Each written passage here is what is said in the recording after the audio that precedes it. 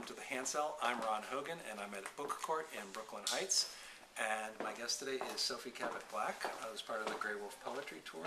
Her new collection is The Exchange. And Sophie, one of the things that impressed me as I was reading through these poems is the way that they have like an extended metaphor system that sort of runs through them, where you're taking the language of nature and the language of, I guess, currency and commerce or economics, and those are sort of intertwining together so that economic and emotional language become an extended metaphor network throughout the whole cycle of poems that are in this sequence.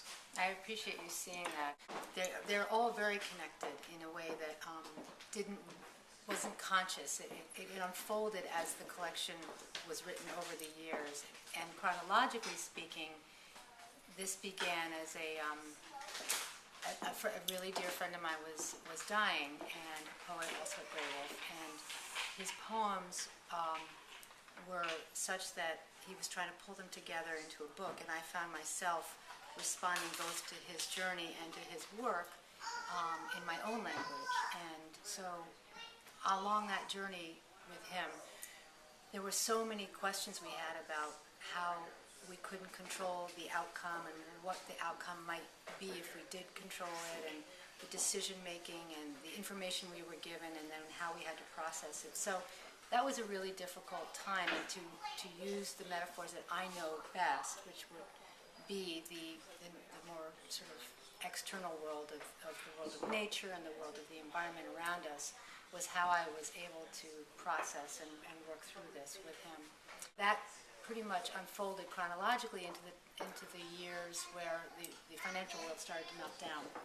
And I became very intrigued with the lexicon and the language they used, in the same way that I was intrigued and needed to explore the language that the medical world used with our journey. So there was this sense of drawing back behind a curtain or behind the wall of language to find out what really was going on. And I found myself really intrigued and trying to unfold that in that language of what the media was throwing at us during the meltdown of the financial world, and what they were trying to throw us off with. And these poems became something that became very intertwined for that reason, I think.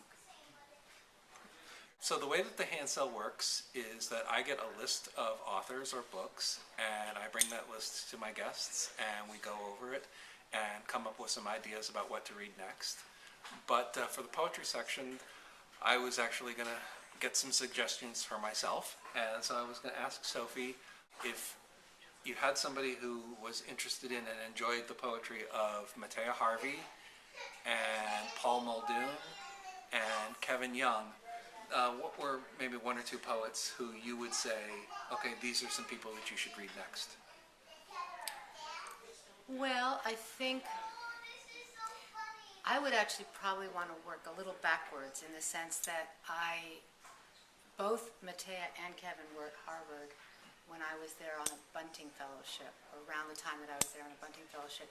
And interestingly enough, Seamus Heaney was also there.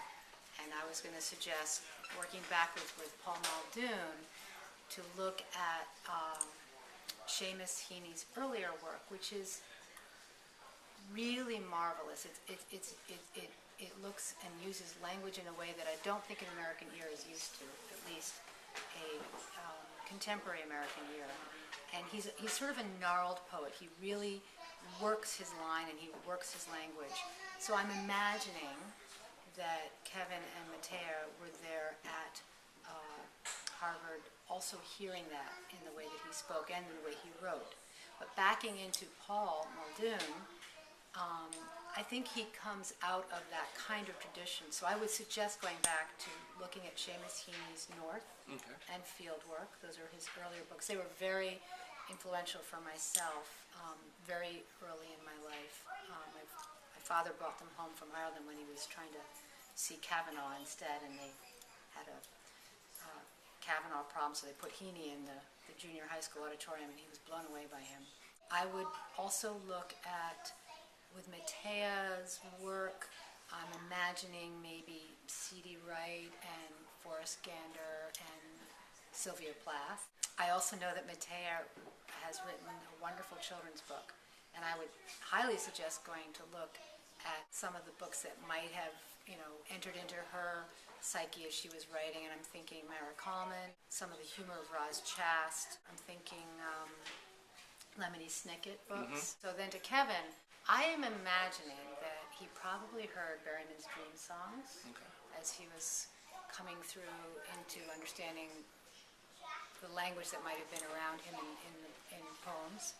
Amiri Baraka, Harriet Mullen, Sleeping with the Dictionary, is a great book.